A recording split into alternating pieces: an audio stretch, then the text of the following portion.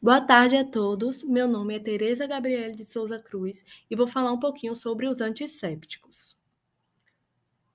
Inicialmente, vou trazer aqui alguns conceitos para introduzir esse tema.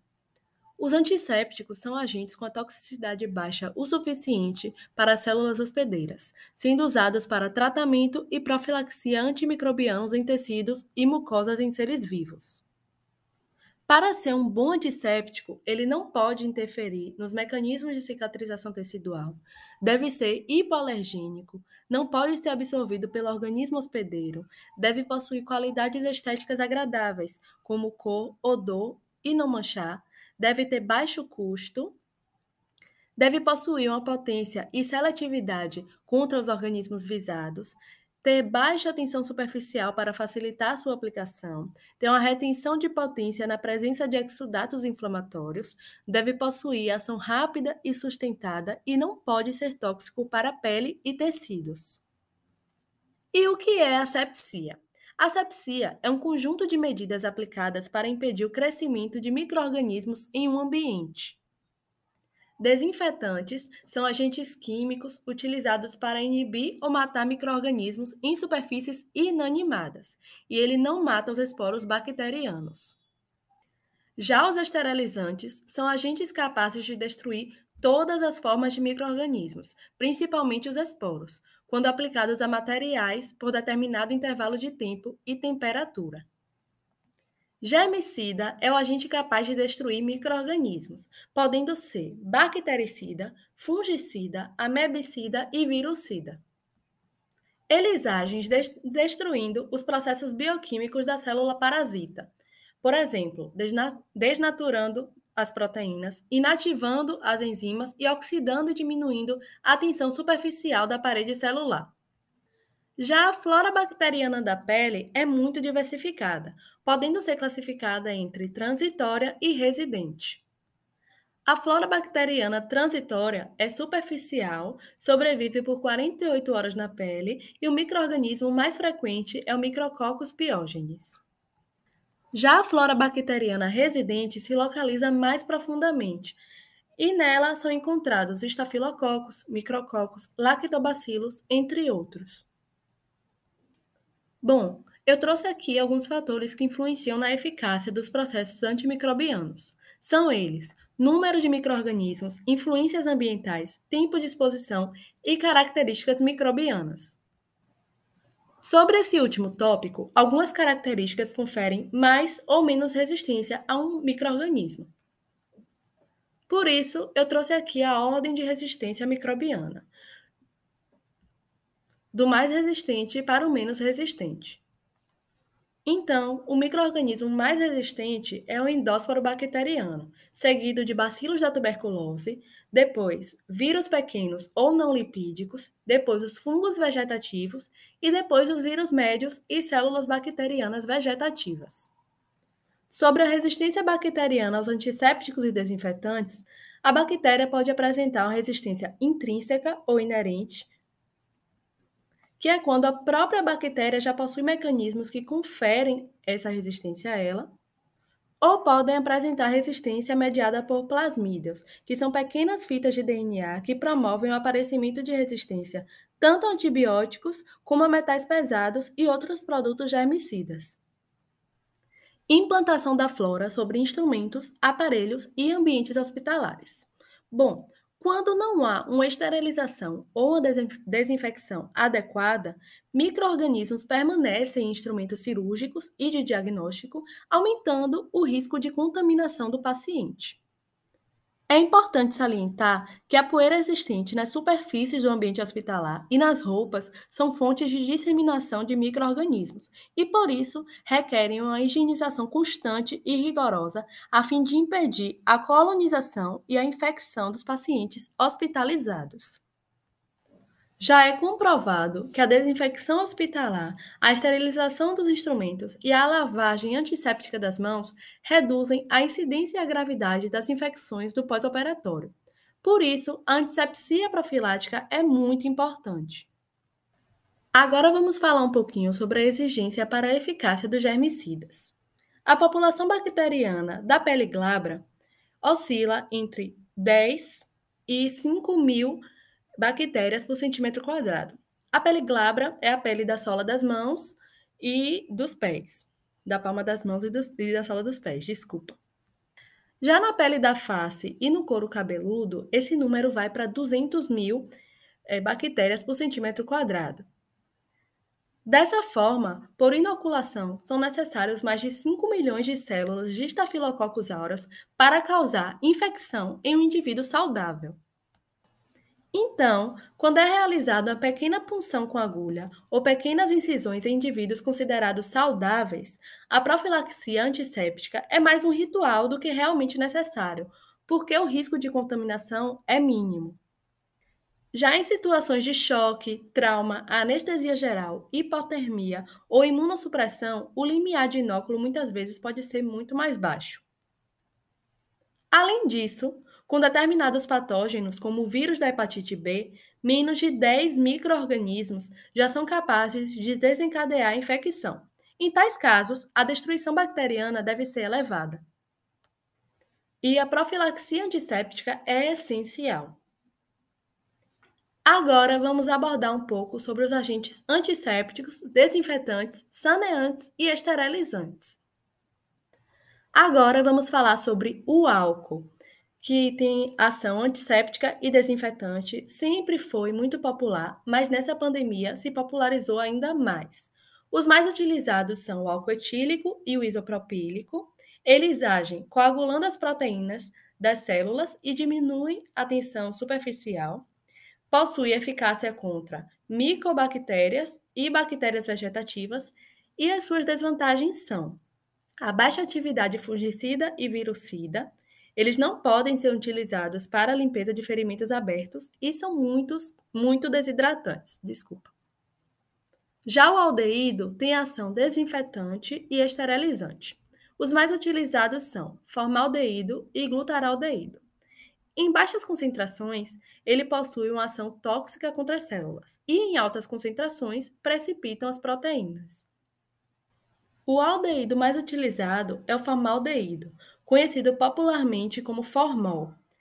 As características dele são incolor, de sabor cáustico, seus vapores são irritantes para as mucosas e o álcool aumenta o seu poder germicida.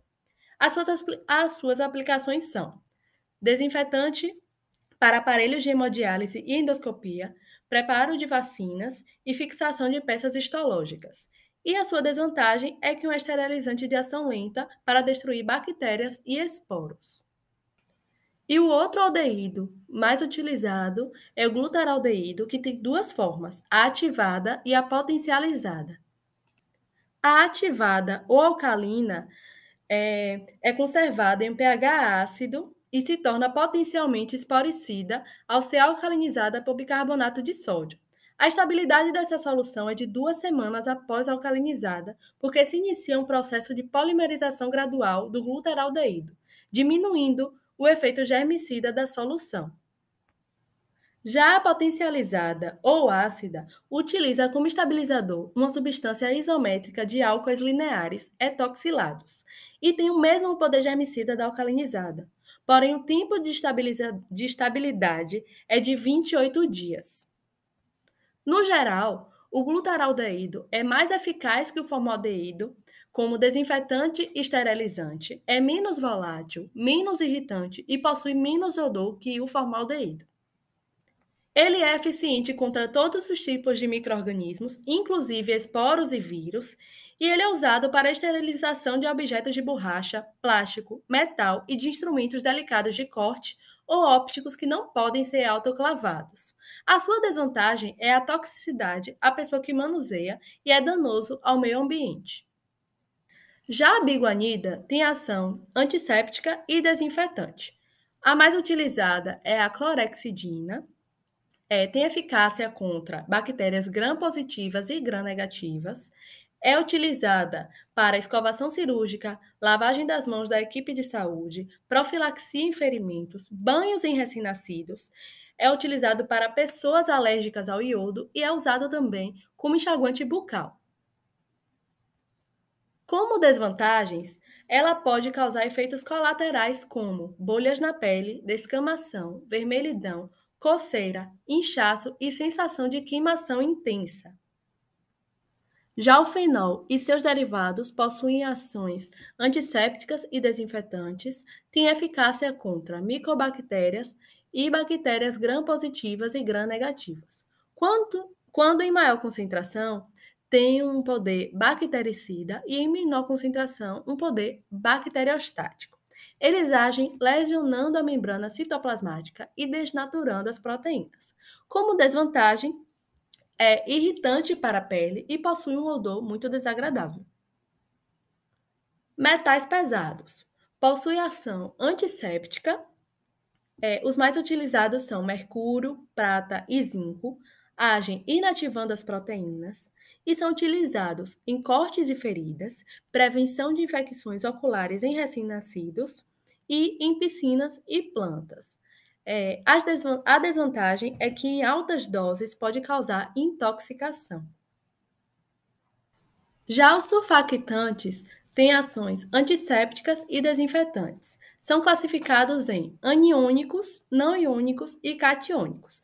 E essa classificação depende da predominância do grupo hidrofóbico ou do grupo hidrofílico e principalmente da ionização do grupo hidrofílico. Eles agem alterando as membranas celulares e desnaturando os complexos lipoproteicos. Resumindo, eles diminuem a tensão superficial da célula. São detergentes e sabões, e a desvantagem é que tem uma ação lenta e menos duradoura.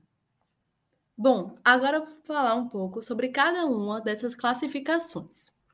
Os sabões e detergentes aniônicos possuem atividade bactericida contra micro-organismos frágeis como pneumococos, porém não são ativos contra pseudomonas e outras bactérias gram-negativas. Os detergentes sintéticos não iônicos são destituídos de ação germicida. E os compostos catiônicos têm capacidade fortemente bactericida, mas são fracas em qualidades detergentes. Os quaternários de amônio têm uso mais corrente e são ativos contra organismos gram-positivos e em concentrações altas contra gram-negativos também. Os halogênios e compostos halogenados também são antissépticos e desinfetantes, possuem propriedades oxidantes, por isso são germicidas, e os mais utilizados são o cloro e o iodo. O cloro elementar não possui nenhum uso clínico, mas alguns dos seus compostos geram ácido hipocloroso e por isso são utilizados na desinfecção de objetos cirúrgicos. Esses compostos do cloro podem ser orgânicos ou inorgânicos. Dentre os orgânicos tem as cloraminas e dentre os inorgânicos tem o hipoclorito de sódio e o hipoclorito de cálcio. As cloraminas são aminas, amidas ou imidas e podem ser utilizadas para antissepsia da pele e ferimentos e desinfecção de roupas hospitalares. Já soluções de hipoclorito podem ser antissépticas, desinfetantes e esterilizantes, dependendo da concentração e do tempo de contato. A solução diluída de hipoclorito é utilizada para irrigar ferimentos sujos ou contaminados, desinfetante em sistemas de diálise peritoneal ou de instrumentos, destrói o vírus da AIDS em 15 minutos, desinfecção de água para consumo, tratamento de tecidos necrosados, desinfecção de alimentos, desinfecção de áreas ou objetos sujeitos à contaminação dos vírus de hepatite e da poliomielite. Outro halógeno é o iodo, que é considerado o mais eficiente antisséptico desde 1893, que foi quando os cirurgiões franceses o utilizaram para o tratamento de feridas supuradas. As soluções de iodo podem ser alcoólicas ou aquosas. Em 1950, descobriu que o polivinilpirrolidona podia solubilizar o iodo, formando os iodóforos. Esses iodóforos são soluções que conservam as propriedades germicidas do iodo e apresentam vantagens, como não queimar a pele, não manchar tecidos, não interferir no metabolismo, manter a ação germicida residual e raramente provocar reações alérgicas. Já os compostos oxidantes possuem ações antissépticas, sendo os mais utilizados a água oxigenada e o permanganato de potássio. A água oxigenada age se decompondo e liberando oxigênio quando em contato com a enzima catalase. Dessa forma, essa água oxigenada é eficaz na remoção de material infectado através da ação mecânica desse oxigênio liberado, limpando a ferida. Esse efeito pode ser reduzido na presença de matéria orgânica. E por último, temos os derivados furânicos, que também possuem ações antissépticas. O mais utilizado é o nitrofurazona. Ele é utilizado na profilaxia de infecções hospitalares, na cicatrização dos locais de doação de enxerto de pele, na prevenção de aderências peritoneais e na lubrificação de antisséptico para ressecação transuretral. A nitrofurazona apresenta atividade bacteriostática contra bactérias gram-positivas e gram-negativas. Já em concentrações maiores, ele apresenta uma atividade bactericida. Algumas bactérias são capazes de desenvolver uma resistência a esse composto. E sua atividade germicida foi testada em Staphylococcus aureus, Streptococcus pyogenes, Diplococcus pneumoniae e entre outros. Agora eu vou falar um pouquinho sobre a toxicologia dos antissépticos e desinfetantes. As substâncias utilizadas como germicidas atuam danificando o micro-organismo, destruindo seus processos bioquímicos vitais. Porém, nesse processo, as células humanas também podem ser atingidas. Dessa forma, para evitar o surgimento de doenças ocupacionais, é muito importante o uso de equipamentos de proteção, os EPIs. Aqui eu trouxe alguns possíveis efeitos colaterais dessas substâncias. Os álcoois removem os lipídios cutâneos, ressecando a pele. Os aldeídos podem ser cancerígenos e seus vapores irritam as vias respiratórias e os olhos, podendo causar bronquite e pneumonia. Os fenóis, por serem corrosivos, também causam dermatite. O formaldeído altera as proteínas teciduais da pele, promovendo reações alérgicas, e o uso constante de peróxido de hidrogênio e hipocloritos impede a cicatrização dos ferimentos. O uso diário de hexaclorofeno por enfermeiras grávidas pode ser teratogênico. Essa substância também é tóxica por via oral e, quando utilizada topicamente em recém-nascidos prematuros ou de baixo peso, pode ser absorvido sistemicamente, acarretando em diversos problemas e até levando à morte. O único efeito tóxico citado para a clorexidina é a surdez provocada pelo uso da droga no ouvido. E o uso repetitivo de derivados furânicos pode causar intolerância e sensibilidade, uma reação alérgica. Antisepsia de pacientes queimados. Uma das principais causas de morte por queimadura são as graves infecções subcutâneas subjacentes. Dessa forma, a terapia tópica com antissépticos é recomendada, sendo responsável por diminuir o número de bactérias viáveis para uma colonização e infecção. A sulfadiazina de prata é amplamente utilizada, produzindo o efeito antibacteriano pelo íon prata e da sulfonamida, não sendo inativado pelo exudato da ferida e nem pelo ácido aminobenzoico.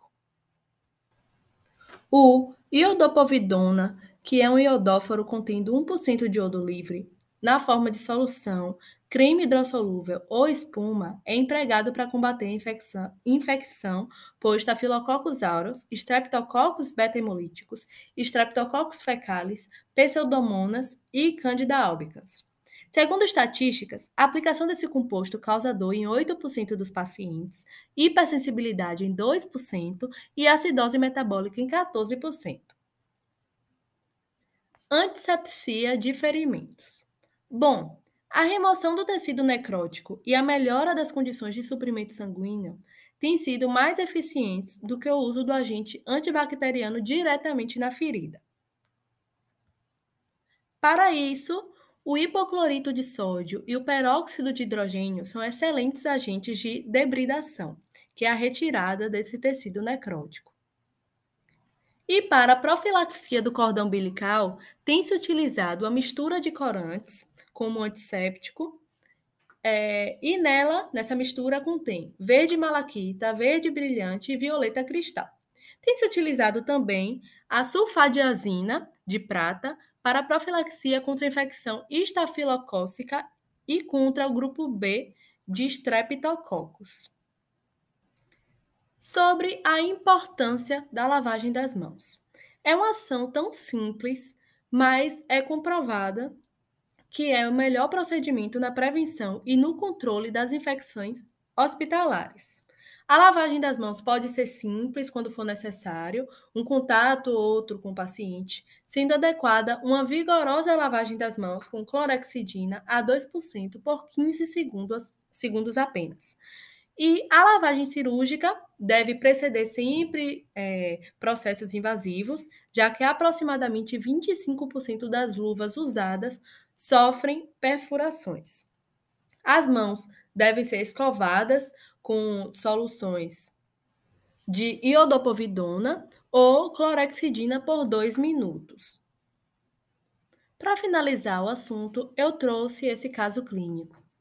Paciente do gênero feminino, leucoderma, com 18 anos de idade, vítima de acidente automobilístico, encontrando-se alcoolizada. Apresentava extenso edema localizado na hemifácie direita, ferimentos do tipo lacerocontusivos múltiplos em face, oclusão palpebral à direita. Intrabucalmente, foram observados a limitação da abertura bucal, desnivelamento do plano oclusal, além de degraus palpáveis em pilar zigomático maxilar à direita e em corpo mandibular à esquerda. Foram solicitados exames radiográficos, como a lateral oblíqua da mandíbula e a próstero anterior da face, além de exames laboratoriais pré-operatórios. Com base nos exames físicos e de imagem, concluiu-se que a paciente apresentava, além dos ferimentos extensos, fratura mandibular no corpo esquerdo, além de fratura do complexo zigomático maxilar à direita. Fez a limpeza cuidadosa dos ferimentos com solução degermante de iodopovidona